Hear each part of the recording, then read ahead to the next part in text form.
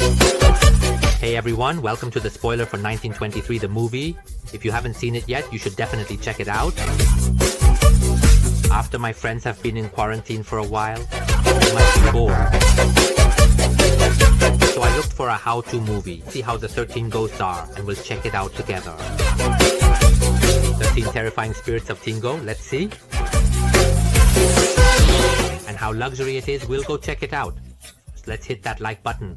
A like to support the channel. Let's go back together. First things first everyone, hit that like button. 1 or 2 likes each to support the channel. Finally, there are so many. And if anyone hits subscribe, that means you're awesome and I have to give a big shout out to the team. It doesn't feel like it at all. And finally, don't forget to ring the bell and then let's jump into the movie. It doesn't feel good at all. Finally, don't forget to ring the bell. Run into the theater. Turn back. A question for those aged 18 and over. Viewers under 18 should get some guidance. For the elderly with heart conditions or those under medical care, it's best to watch with a friend or partner to avoid too much shock. And to prevent COVID-19, make sure to wear a mask and check before watching. I hope everyone enjoys the show. Thank you. The story begins with the introduction of Ratan, a wealthy millionaire who likes to collect strange things.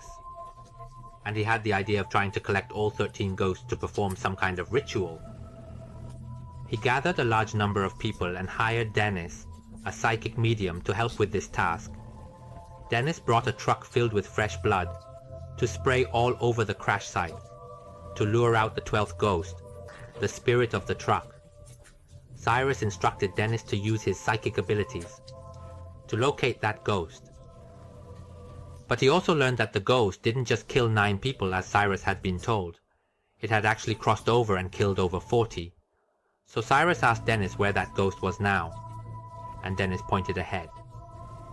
Then Cyrus ordered the people to bring out the ghost containment unit, which was a thick glass box, inscribed with symbols to trap the spirits all around.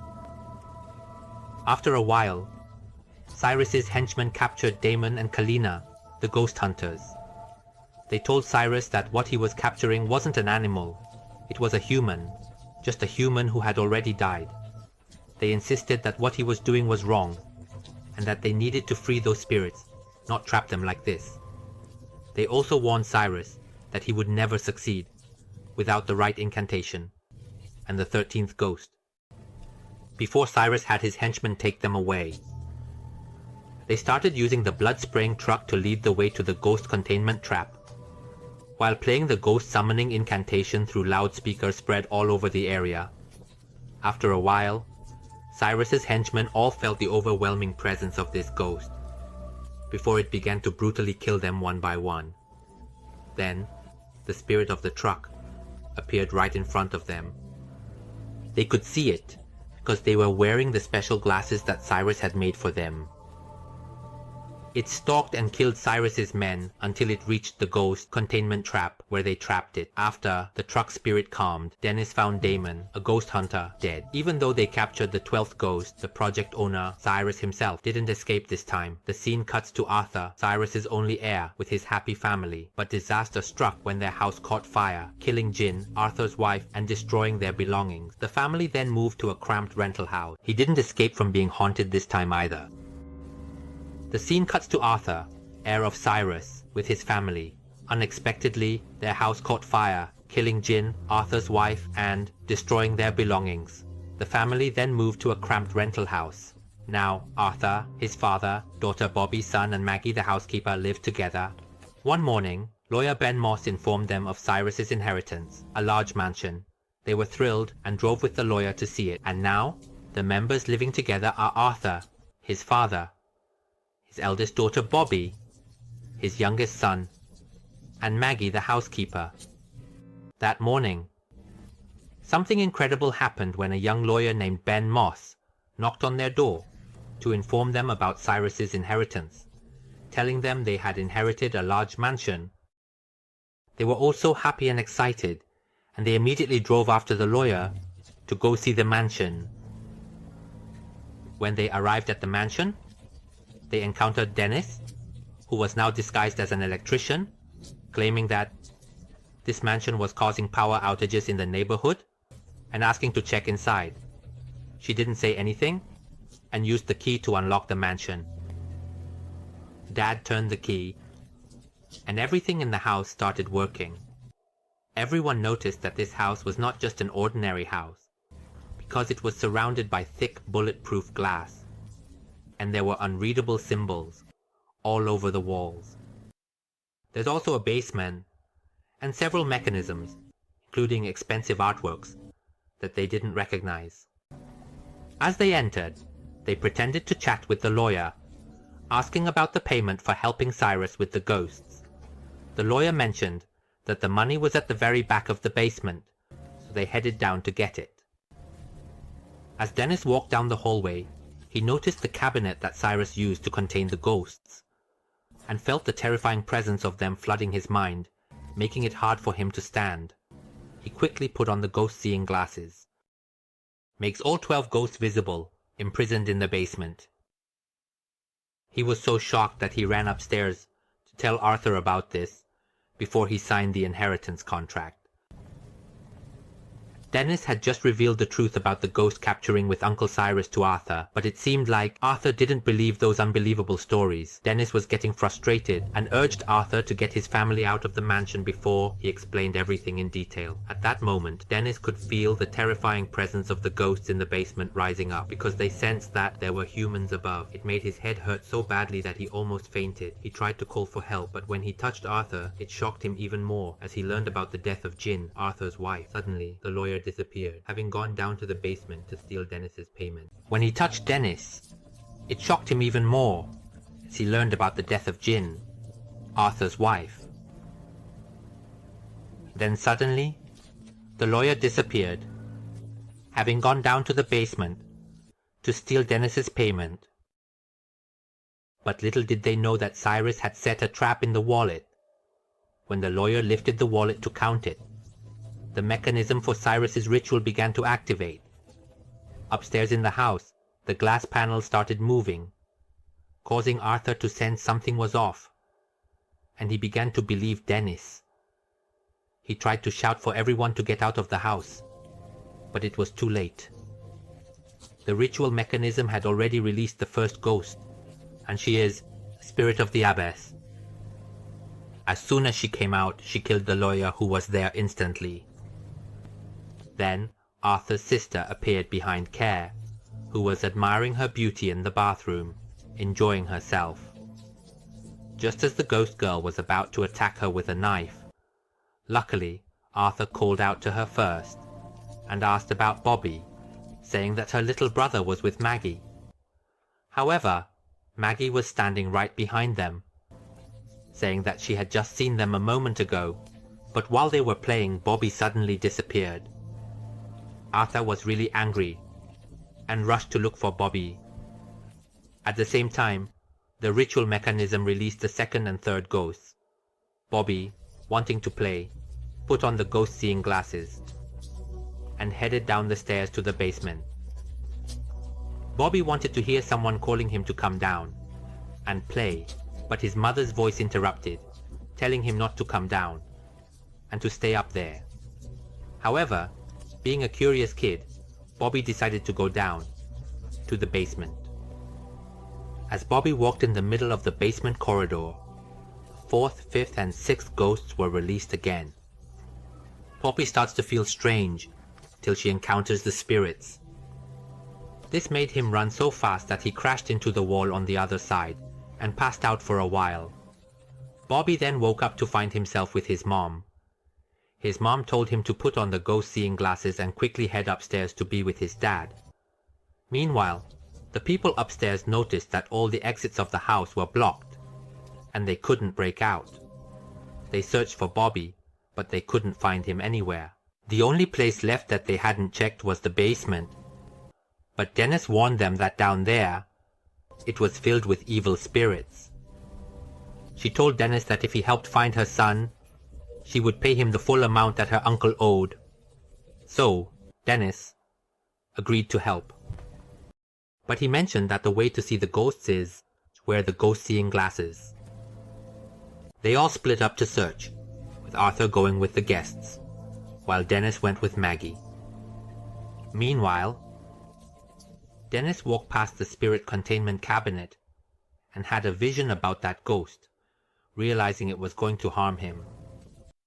He quickly walked away from there and came across an open containment unit. Dennis saw the symbol indicating that it was the cabinet of the Hellhound, and warned that if Bobby encountered it first, he would have a hard time surviving. And suddenly, what Dennis had been talking about appeared on Arthur's side, where Care was being attacked by the Hellhound, which scratched her with its claws. Arthur tried to help her, and out of nowhere, Karina, the ghost hunter, came in to assist and held the Hellhound back. Arthur spoke up, asking, "What kind of crazy stuff is this?" Karina told Arthur that she is a ghost expert, but the ghosts she hunts are to free their souls. Arthur then told her to stop talking about ghosts, because he didn't believe her. So, Karina asked Care to give Arthur the ghost-seeing glasses to wear, and he could see the Hellhound. He asked Karina why she was here, and how she got in. She said she sneaked in through an opening inside the house, but now it's been closed off. And the reason she came in was to free all the souls her uncle had captured. She explained about this house and why the ghosts had to be trapped here. She said it was a ritual to see the future. Care disappeared and the room started moving, trapping Dennis with the spirit. By creating the Baxiria machine, it's like Cyrus built, which is this house. While talking, Care vanished, causing the house's rooms to shift, trapping Dennis with the spirit. He escaped, but met his father and a ghost. He and Maggie ran and found Arthur's group before being trapped. Karina revealed the fourth ghost was Arthur's wife. But then he encountered his father along with the ghost of a woman who died with her unborn child in the hallway. He and Maggie ran to the other side and found Arthur's group just before they got trapped by the spirit of a pilgrim in another room. Karina then told Arthur that the fourth ghost was actually his wife, because she was part of the ancient text of the 12 Zodiac warriors and was a key component in creating the Baxiria machine, which required 12 souls, including 1 soul of a newborn boy, 2 headless ghosts, 3 women who hanged themselves, and 4 souls torn apart by love, which includes Jean, Arthur's wife, and Hashai, who was torn to pieces. 2 headless ghosts, 3 women who hanged themselves, and 4 souls torn apart by love, which includes Jean, Arthur's wife. Ah, man's body is torn apart. 6 emotional girls, 7 pilgrims. 8 and 9 are the ghosts of those who died with their unborn child. 10 is the spirit with a hammer, 11 is the hellhound, and 12 is the sound of a truck. The text requires these spirits to bring it to life, and when the machine is activated, each ghost will be released one by one. 12 is the sound of a truck. These spirits bring the text to life, and when activated, each ghost releases energy to power the house. The house draws them to the machine's center, the altar, creating the oculalis, the eye seeing the future, past, heaven, and hell. Karina said 11 ghosts are released, but the house needs 12. Care mentioned Cyrus said there are 13. The 13th spirit requires a human sacrifice, a spirit dying with a broken heart and pure love. Dennis told Arthur he matched the 13th spirit and must sacrifice himself to save his child. If you ask how many ghosts have been released so far, Karina said 11, but the house needs 12. However, Care interjected, saying it's not just 12, because he heard Cyrus mention that there are actually 13. Karina explained that the 13th spirit is a failure because it requires a human life as a sacrifice, and it must be a spirit that willingly dies, with a broken heart, and has true, pure love. Dennis told Arthur he matched the 13th spirit perfectly, and if he wanted to save his child, he would have to sacrifice himself. But they still had time, as the 12th ghost hadn't been released yet, so they worked together to pry open one side of the wall. Went out to look for the kids along with Dennis. On Karina and Maggie's side, they approached the altar to use explosives to destroy the machine. But then Cyrus appeared, and Karina used the book to hit Maggie, knocking her out. It was all revealed to be a plan by Cyrus and Karina. In reality, during the last ghost hunt, Cyrus had faked his death and created various events to lure Arthur into becoming the 13th ghost. Meanwhile, on Arthur's side, he was being attacked by the spirit with a hammer. The 12th ghost escaped, making Dennis killed by them. Before Arthur was attacked by the 2 ghosts, Cyrus summoned all 12 spirits to the altar. He then used a mirror to kill Karina, and Jean's spirit visited Arthur before being summoned away. Arthur was heartbroken. He saw his children tied up together on the altar. And he betrayed Karina by using a mirror to crush her to death. And Jean's spirit came to Arthur before she was summoned away by the spell. Arthur was heartbroken, but he saw his children tied up together on the altar with a spinning iron ring. Arthur, wearing the ghost viewing glasses, saw all 12 ghosts standing around the altar. Soon, he would encounter his uncle's spirit, who he didn't know was actually still alive, and had planned for him to become the 13th ghost. Arthur was really angry, and started to fight him. At the same time, Maggie, who had just regained consciousness, came in to disrupt the ritual by randomly turning the system on and off, causing the spell to go silent, and resulting in a malfunction at the altar, making the 12 spirits that were gathered disappear. And then he came in and grabbed Cyrus, throwing him into the altar until his body was torn apart. At that moment, Dennis's spirit appeared before Arthur, and told him that he could still help his children. So she decided to jump into the altar, and successfully saved her children, before the whole house collapsed, and the 12 ghosts were set free. Then, Jean's spirit, who is the mother, came to say goodbye to her and her children, telling them that she loves them, and the movie ended.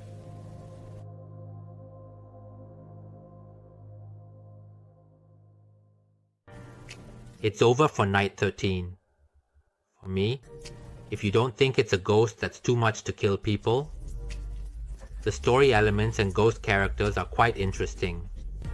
Plus, it ends with a happy ending, which is considered okay. What do you guys think? Leave a comment below this clip. The top comment of this clip is, "Oops, other people stay home to help the country, but I stay home to help myself." So that's why there was news that tissues were in short supply. Now I have the answer. So that's how it is. Why keep the purity when everywhere you apply for a job, they only hire people with experience? Spoiler alert, 1923. I'm signing off now. See you in the next video. Goodbye.